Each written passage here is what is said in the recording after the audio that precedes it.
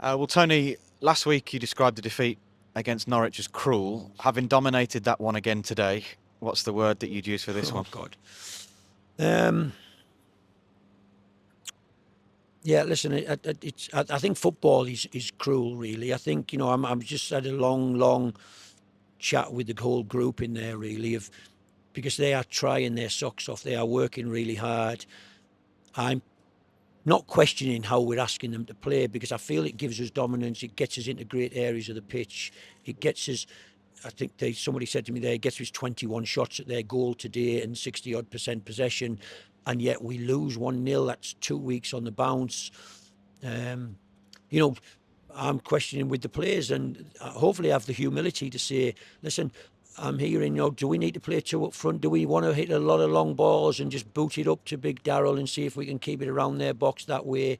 And yet the best teams, you'll end up having 30% possession and four shots, and you might scrape a 1-0 win now and then. But my belief is to try and dominate games with hard work, denying the opposition the ball, and then being good with it yourself and playing around their box and trying to get shots and crosses. And I think there's enough of that today. I think we were better today in the final third than we were against Norwich, and yet ultimately no goals again.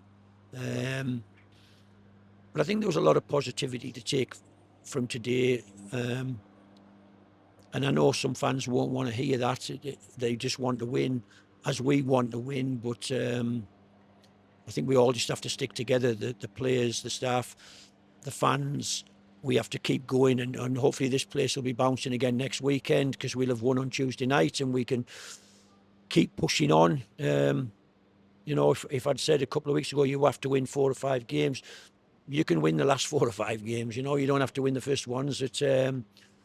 So let's keep believing, keep sticking together. You can see the league, the teams at the top finding the pressure difficult, I suppose. And somebody told me Coventry got beat today in an early kick-off. So let's just keep going. Let's keep believing. I think we're a decent team. We just have to show that by the results, and we have to score goals, which we obviously not doing very well at the moment. Are you stood here as a manager, Tony, thinking, I cannot believe my team didn't score today? Or Yeah. from the chances that we created in the final third entries, are you thinking, well, potentially we could have done better in this scenario? Yeah. Well, a bit of both of that, I think. Yeah, I find it hard to think what the positions we got into around their box that we didn't score. They had one scenario where they had 2 or 3 blocks on the line. It just kept coming in, it wouldn't go in. And then you'd have to say Jason had an unbelievable chance to score with his head inside the 6-yard box that he put over the top.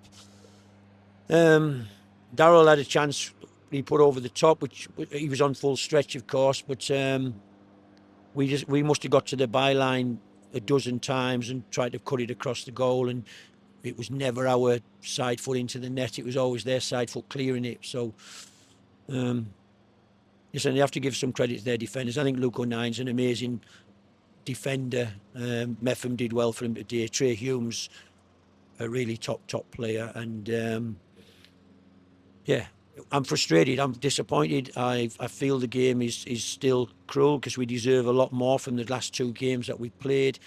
We played a lot worse than that and found a way to win 2-1. And but yeah, let's keep going. Let's stick together. Whilst we're still in this, let's stay positive as a group. The team stay positive, the staff stay positive, and hopefully the people part of the West Bromwich Albion, family really, the people on the terraces, the people who sit in the seats and stand, stick with the team while we're still in there fighting. Just finally, Tony, just a quick word on two of the decisions in the first half. The foul on the Sunderland player from Diangana that led to the goal, and also the penalty shout in front of the Bromley Road end on Darnell Furlong. What are your thoughts on those two decisions? Did they go the way that was the correct call made? Listen, I don't want to comment on individual things because I can't, if I'm honest with you, I can't sit here and have them pictured in my mind really clear. I haven't been in the dressing room watching them back. I do think the official on the grass today had a really, really difficult day. I'm not sure he got much right. And I wouldn't normally criticise officials, and I'm trying not to criticise him, but I think he had a tough day.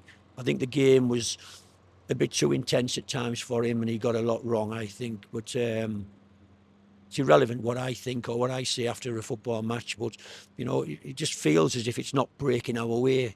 A lot of good play, a lot of good positions, a lot of decisions that don't fall for us. And even their goal, just again, Joe's been good this season for us since I've been here, I think, and yet he found me in the corridor just before I came here and apologised. He said to him it was his fault. He made an error.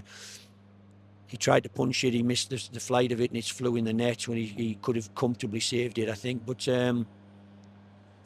yeah, we have to get on with it. Keep going, as I said. Hopefully, people stick with the team, and we can find a way to make this a really exciting end to the season, and find a way to score the goals that get us to where we want to be.